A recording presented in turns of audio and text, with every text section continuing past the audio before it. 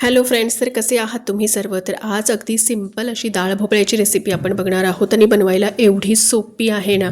आणि जर मुले घरामध्ये ना भोपळा खायला कंटाळा करत असतील तर ही मस्ट ट्राय रेसिपी आहे. या पद्धतीने जर तुम्ही डाळ भोपळा बनवला तर मुलांना समजणारही नाही की यामध्ये भोपळा आहे आणि अगदी चविष्ट लागते, तर मुलं अगदी आवडीने खातील. तर अशा पद्धतीने जुगाड करून आपण मुलांना भोपळा नक्कीच खायला घालू शकतो.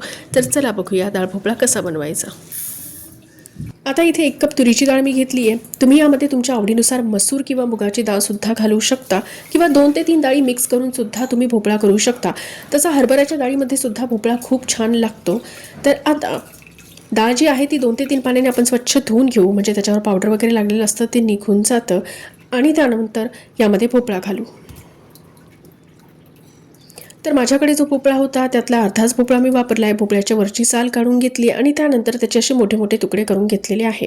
आता यामध्ये 1 छोट्या चमच्याने हळद घालू आणि 1 चमचा तूप यामध्ये घालायचं आहे आणि त्यानंतर प्रेशर कुक करून घ्यायची आहे ही डाळ. तर कुकरला 3 शिट्ट्या येईपर्यंत आपल्याला डाळ आणि भोपळा आता शिजवून घ्यायचा आहे. तर आता आपलं कुकर थंड होत आहे तोपर्यंत आपण फोडणीची तयारी करू. तर इथे कढईमध्ये 3-4 चमचे तेल घेतलंय. तेल गरम झालं की त्यामध्ये 1 चमचा जिरं, 1 चमचा मोहरी आणि 1 छोट्या चमच्याने हिंग घातलाय. त्यानंतर यामध्ये अद्रक आणि लसण घालून घेऊ. तर अद्रक लसणाची पेस्टही तुम्ही घालू शकता. मी इथे खलबत्त्यामध्ये कुटून घातलंय आणि त्यानंतर यामध्ये 2 लाल मिरची मी घातलेली आहे.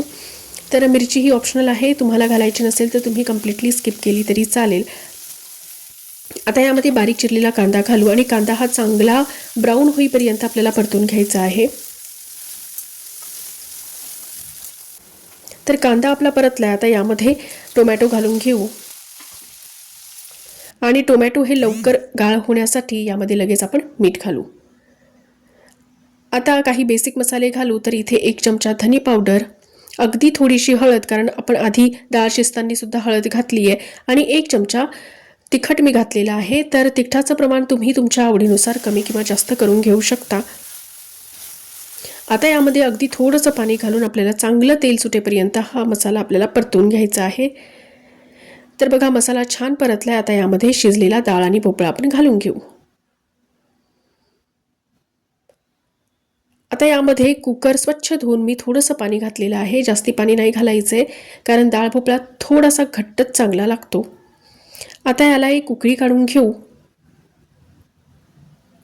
तर अगदी चमचमीत असा डाळ भोपळा बघा किती सहज बनतो.